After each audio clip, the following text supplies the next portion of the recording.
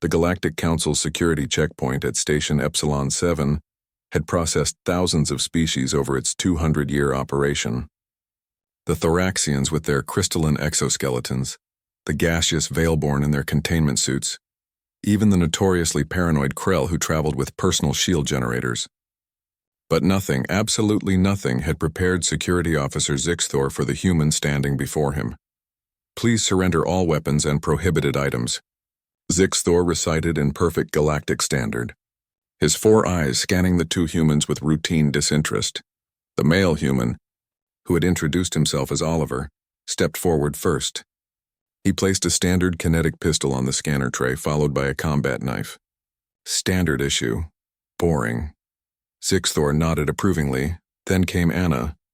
The human female smiled pleasantly, her expression so innocent that Zixthor's threat assessment algorithms barely registered a blip.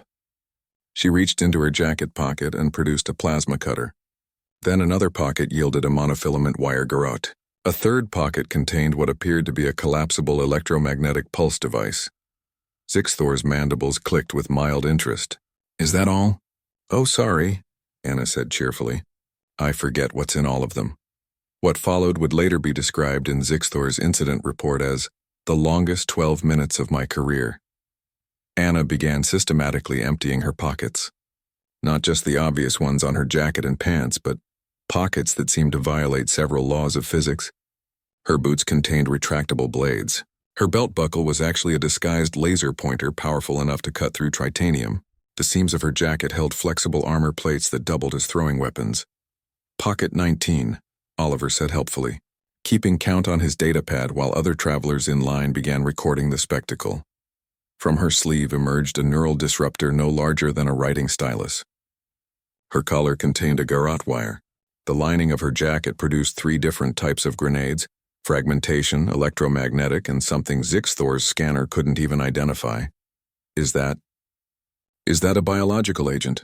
Zixthor stammered, his translator struggling to convey his mounting horror.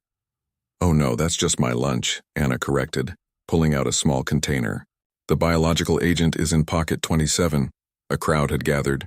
A Valorian diplomat dropped his datapad. A Cassian trader's tentacles went rigid with shock. Somewhere in the back, someone started a betting pool on how many pockets the human actually had. "Pocket 31, Oliver announced.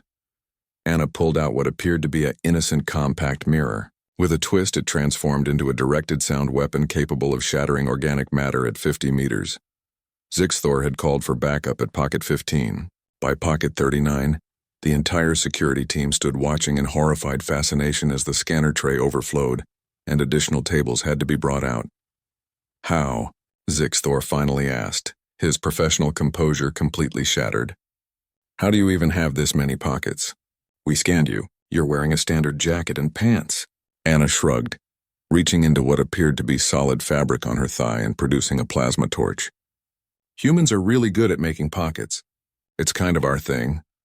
"Pocket 47, Oliver said, grinning. The 47th item was a small, innocuous-looking cube. Zixthor's scanner went berserk, displaying warnings in 6 different languages simultaneously. "What?" Zixthor said slowly. "Is that?" "Antimatter containment field," Anna said casually. "It's empty, obviously." "I'm not stupid. That would be dangerous."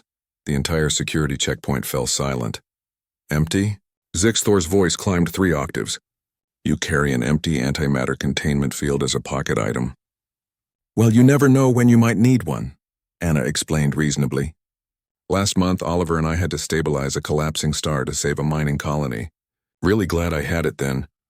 Saved 17,000 lives," Oliver added proudly. "Anna always comes prepared." Zixthor looked at the mountain of confiscated weapons, tools, and devices that covered 4 tables. His supervisor had arrived at pocket 23 and simply stood there, mandibles agape, recording everything for the training archives.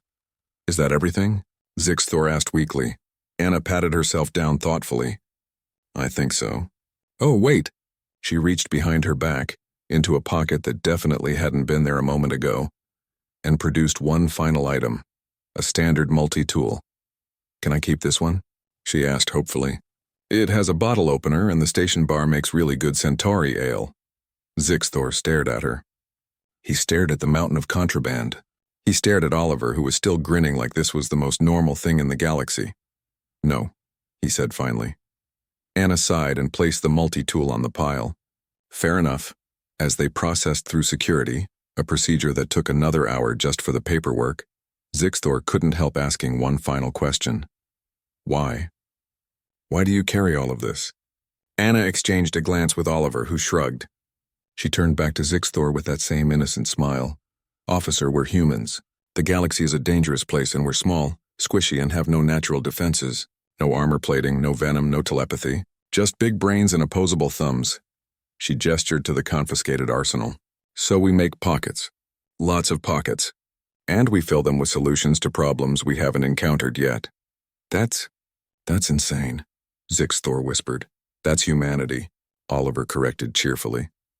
As the two humans finally walked through the checkpoint, thoroughly searched and temporarily disarmed, Zixthor slumped in his station. His supervisor placed a sympathetic appendage on his shoulder. "First time processing a human?" the supervisor asked. "Yes. They have a saying, you know, about preparation and planning." Zixthor looked up. "What saying?" "Better to have it and not need it than need it and not have it." The supervisor gestured to the mountain of confiscated items. "Humans live by that saying. It's why they're terrifying." In the distance, Zixthor could see Anna and Oliver at the station's clothing shop. Anna was examining a jacket with visible excitement. "Look!" her voice carried across the concourse. "This one has 63 pockets." Zixthor reached for his emergency sedative inhaler. It was going to be a very long shift.